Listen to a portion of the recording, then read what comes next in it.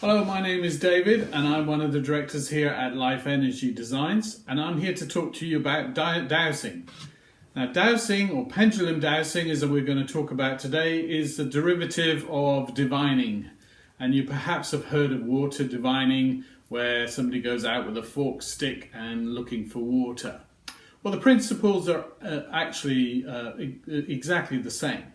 The underlying concept is that we have access to information which is not consciously in our awareness. So this could be information that's stored in the body, in our subconscious, or even information that's out there in the universe that we have some way to access.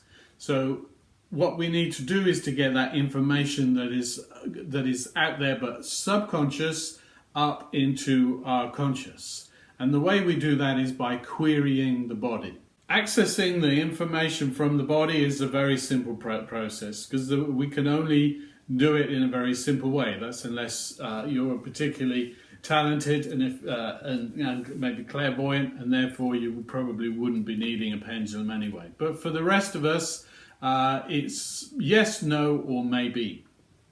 So what we need to do is determine what movement of our hands will determine an answer of yes, no, and maybe. And all the pendulum is doing, as all the dowsing rod or the willow stick is doing, is amplifying a small movement of the body, specifically the hand, and into something that we can see. So when you use a pendulum, and I've got one here that is one of a new one that we're selling on our website, but technically you could use a piece of string tied to a key or any weight on the end that gives it ability to swing like that. So a small movement in the hand will make a change in the way that the pendulum swings. Now, people do this in different ways. I'm going to show you the way that I do it and explain, the other possibilities. Now, the way that I do it is, first of all, I have to query what is yes, what is no, and what is maybe. Those are the three answers. Those are three answers that I can get from using a pendulum.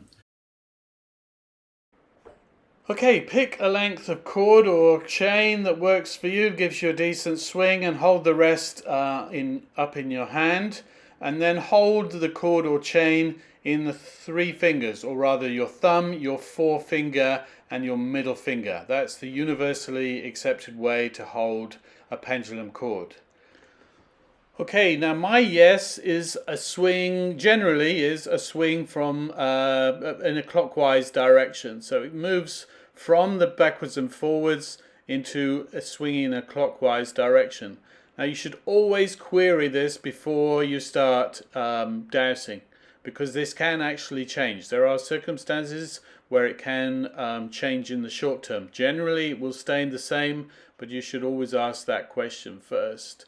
So my no is pretty obvious. It's a counter clockwise swing as opposed to the clockwise for yes. You can see it swinging now.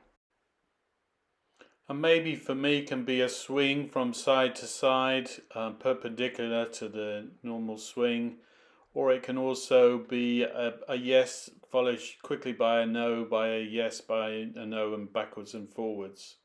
The next question will be, depending what you're asking, I mean, if it's something straightforward, perhaps this isn't necessary, but the next question generally I will ask is, do I have access to this information? Yes, no. Yes, I've got access to this information. Is it for my highest good to have access to this information? Yes, no. And sometimes, sometimes there are things that we really shouldn't know, or it doesn't serve us well to have to be aware of. So be aware that you won't get answers to every question. But simple things like, is this food good for me? Is this McDonald's hamburger good for me and my health? I can guess what the answer to that might be, but you can dowse on it and find out for yourself. Is this spirulina smoothie good for me and my body type? Yes or no? So that's the simplest way that we can work, asking questions about the body and what the body wants and what it doesn't want. But you can also use it for finding things. Like if you've left your keys somewhere, are my keys in the house? Yes or no? Are my keys upstairs or downstairs? Assuming you don't live in a bungalow. Are my keys? You see how you're drilling down further and further. Front of the house, back of the house, this room, that room, left. This side of the bedroom, that side of the bedroom, and you can drill down to where it is. And some people can do this very effectively. And we have that in that case, we more than likely have that piece of information stored in our subconscious, but we've consciously forgotten it. You can also dowse on maps and find things on maps. You can say you were looking for water. You could start off your search over a map and say, is there underground water available in this area? You can dowse frequencies. Now, there's something that I use as an inventor working with frequencies for healing purposes. I can tune into somebody, myself or somebody else. I usually will put my hand on their shoulder and get a reading from them and ask what frequency that might help them with whatever that they're going through at that time. And that can be done very simply by the way that I do it first of all, you need to determine how many digits are in the frequency. So let's say you're finding one of the solfeggio frequencies, 528.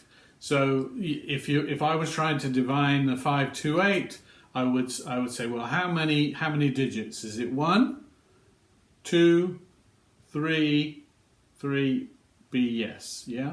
So I've got a yes on 3. Now, is the first digit 5 or higher? Yes.